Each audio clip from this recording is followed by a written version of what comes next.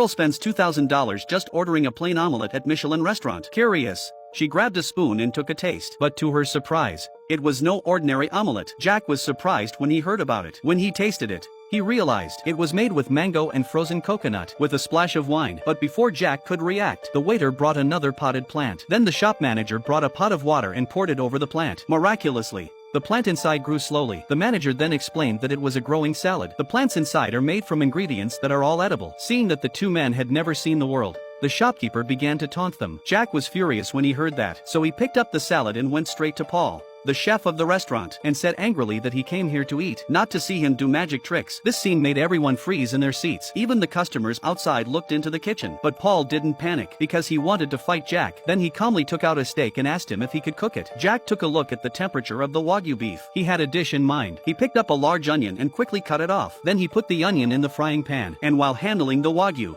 he kept watching the onion in the frying pan so that it doesn't get burnt. Then he pulled out the onion and quickly stir-fry them in the wok. Then he adds a little sesame oil to enhance the flavor. Finally, he adds the cut Wagyu beef and stirs it back and forth over high heat so that the flavor of the beef and the onions blend perfectly. Sprinkle with a little pepper before serving. The flavorful dish is soon ready. But Paul thinks it's nothing more than that. He took out a blowtorch and grilled the steak back and forth. When it's about 5 minutes past rare, he cuts it into three slices and placed them on the base plate, and then he puts the lid on it. This is the crucial step in the dish. He lights a match and smokes the Wagyu with the special flavor of applewood. This not only softens the meat, it also gives it a fruity flavor. It's a technique he's developed himself. Paul thinks Chinese food is outdated. The reason he's back home is to win the cookery competition. Jack took the steak and smelled it. Then he turned away in silence. After Jack left, Paul was curious to taste a piece of his dish. The next moment he was overwhelmed by the indescribable flavor. A top chef takes a duck and breaks the bones with his bare hands. Then he brushes the skin with a thin layer of oil. He puts a knife into the belly of the duck and makes a few cuts. Then he pulls hard to separate the bone from the meat. The audience was amazed by this top-notch knife technique. Then he added the Tianshan snow lotus into the duck's stomach, injecting a rich broth into the duck's stomach. Then he wrapped it in lotus leaves, covered with a thick layer of coarse salt. Then he took out a huge iron pot. Pour in a whole packet of fine salt. Heat it slowly over a low flame. When the temperature is right,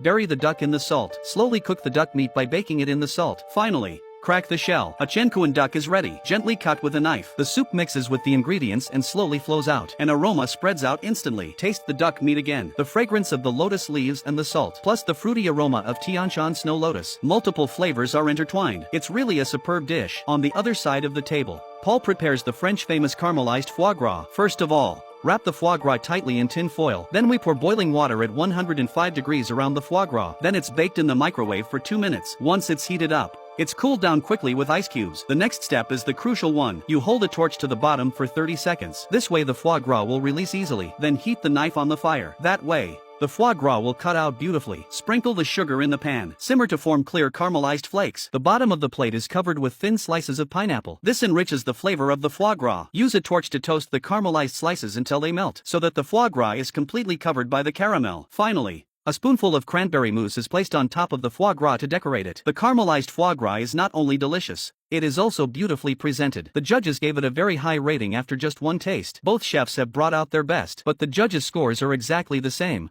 and it's hard to tell. But in order to determine the winner, the judges gave the victory to Paul because Jack's presentation was not as delicate as it should have been. Paul would then go on to compete in an international cookery competition. The result made Jack very angry, so he turned his head and left the scene.